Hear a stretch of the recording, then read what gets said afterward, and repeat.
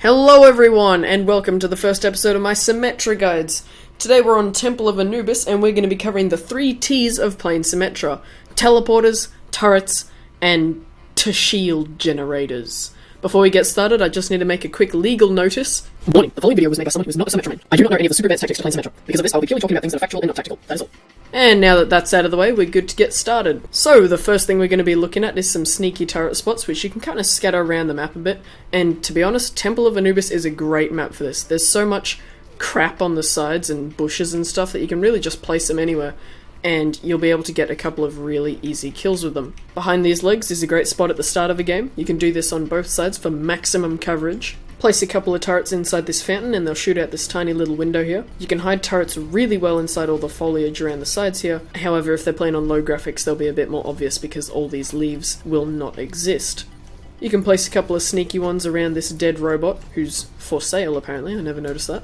These market stalls are a great place to hide some of them. Just kind of scatter them about behind, and as people walk through here as they try to make their first push, you'll stop them dead in their tracks. Another great spot is all the leaves on this wall here. There are some spots where you can place them, and they're nicely hidden in all the foliage. For some reason you can't actually place them on the wall, so you'll have to hide them in the ground with all the other debris. You can also place them over here. You can hide a couple of turrets just underneath this sign here, and they blend in perfectly with all the details. And actually placing some turrets over in the scaffolding here will be well hidden, and it'll probably catch someone off guard. So that's mostly it for all the cheeky turret spots on Temple of Anubis. There are so many random details on the map though, I'm sure you'll be able to find some more. If you're not setting up a microwave, definitely try and use these spots to catch some people off guard and maybe get a couple of kills. Alrighty, so the next thing we're going to be looking at are some great microwave spots. We'll be working our way through the map from start to finish, so if you're playing on defense, try and use as many of these as possible because they're a great way of slowing down the enemy and catching them off guard. The first one that I like to use is actually jumping up here and placing them all under this bridge. It's well enough covered by this little piece of scaffolding here that from outside they can't really shoot them, and they probably won't notice them when they're running through actually, so it'll take them a bit of time to work out what's going on, and you'll be able to get a couple of kills with this. Normally a setup like this works really well, where you've got 2 on each side and 2 in the middle. It means that you can get a total of 4 turrets on one person if they're walking through, and they'll be well hidden enough that they will be a bit more challenging to destroy. From the first point, a lot of people like to head on this left flank route. You can just place them all around in here, it really doesn't matter where they go. It's a good idea to hide them on the other sides of this bit of timber that holds up this roof, because it just gives them a bit of added cover. Especially in a closed room with a good old right click and a left click hold down, you'll be able to kill even the tankiest of people in no time at all. A great microwave spot is just placing a couple in here, probably 3 on each side, and as people walk through here they probably won't be expecting the turrets here, and you'll be able to seriously cripple the enemy team. The fact that they're split half-half means that you probably won't be able to kill all of them at once, which is a great way to get a couple of kills. If you're looking to play a bit more of a passive Symmetra, it's a good idea to set up some turrets in this health pack room. Sometimes teams can make large pushes up this top route, and it's a good idea to have a couple set up here just in case. It'll basically be acting as a doorbell, alerting you of when they're about to head onto the high ground to the first point, so even if you don't get any kills, it's a good way of notifying you that they are coming. That's it for the first point. Let's have a look at some great microwave spots on the second point. One of the most popular microwave spots I see is people placing 3 turrets on these pillars, and that's generally a good idea.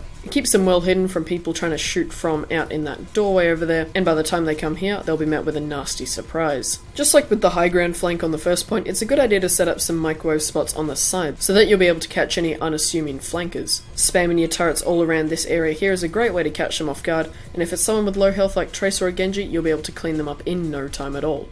If you place them as spread out as you can, it'll be a lot harder for them to get rid of them all, since they'll have to be looking in 3 different places to get them all down. And probably one of the other best spots to place them is just underneath in this health pack room. I know that a lot of attackers like to head down here to grab some extra health, and it also gives your team a bit of cover if they're trying to snag the health pack before the enemy does. The only downside with this spot though is the fact that there is actually a health pack there, so they could take half damage from all the turrets, grab the health pack and then clean them all up with no problem. Definitely keep this spot in mind though, because you should be able to catch a couple of extra kills while people are trying to run for the health pack. So now for the part that you've been waiting for. We're going to be having a look at some great teleporter spots you can use that the enemy team are going to find hard to destroy.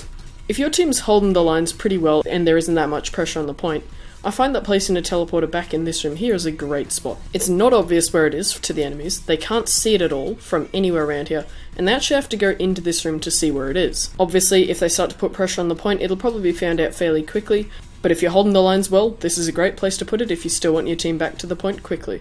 So if you're looking for a bit more of a discreet teleporter spot, a nice place that I found was by heading up here, over and around, you have this nice little nook in here that you can place your teleporter.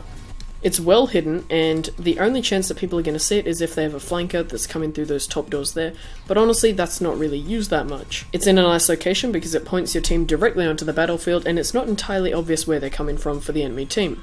All they'll see is people running through these doors or above there, so they won't be quite sure where to look for the teleporter. This is a good spot if they're starting to put pressure on the point because it's a nice distance to it, but it's not too close. So if they're really starting to pressure the point but you still want a nice place to put your teleporter, I reckon the only other good place to put it is right in this room here. The chance of them finding this is pretty much zero unless they really put some effort into their flankers to try and find it, but it does leave you with a bit of a long walk around back to the point. It's basically a slightly worse version of that, except it's a lot more covered. So if you're a bit more concerned about your teleporter being found, put it there and it should be alright. So that's mostly it for the first point, and I feel obliged to mention something on the second point. I think really the only safe place you can put it is behind this section here. If you're going to put it here, I suggest putting a bunch of turrets in around it to kind of protect it. Put some in the doorway because it is going to be easy for someone to even accidentally stumble across this. If you really want a teleporter on the last point, place it here and just protect it at all costs. So now for the last part, we're going to be looking at shield generator spots. I'm going to have some aerial images showing the range that these cover so you can get a better idea of where you're safe to go when you put your shield generators down in these specific spots. So the shield generator's range is pretty long, and you can get away with placing a shield generator in this room here against the wall for maximum coverage, and it will get the entire first point covered as well as any surrounding area. This is a great spot because it's super far away from the actual fight, so a lot of people won't even go near finding it, and it'll cover the entire point for you to fight in, and you'll always have that extra 75 health backing you up. In fact, the shield generator's range goes so far that it even covers all the way up to here. As you can see, I get my shields all the way over here, so for any fights going on at the first point, you are entirely covered with the shield generator in this spot. And its main strength is that it's super hard for the enemy to find, since it's so far back and they won't be expecting you to have something this far back. So if for any particular reason you don't want to place your shield generator there, you can always place your shield generator where we normally put the teleporters. So you could place it in here, or here.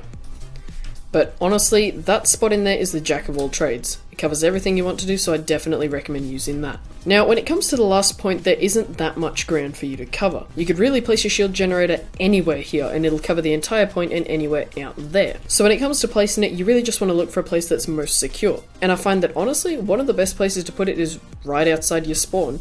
You get as close to this corner as you can, and it'll cover the whole area, and really the enemies have no reason to come this far round. Honestly, wherever you put it on this last point, it'll probably be found and destroyed fairly quickly, but I think that placing it right outside your spawn is one of your best chances of keeping it alive for the longest. You can always shuffle it around this area for any added protection and what suits your wants.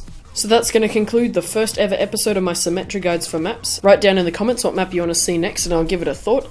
If you enjoyed it, feel free to leave a like and comment. If you have any suggestions, leave those down in the comment section. And if you have any questions, I'll do my best to answer them as soon as I can. Big thanks to Tristan, who was filling in for Josh today. Once again, thanks for watching, and I'll see you all next time. See ya!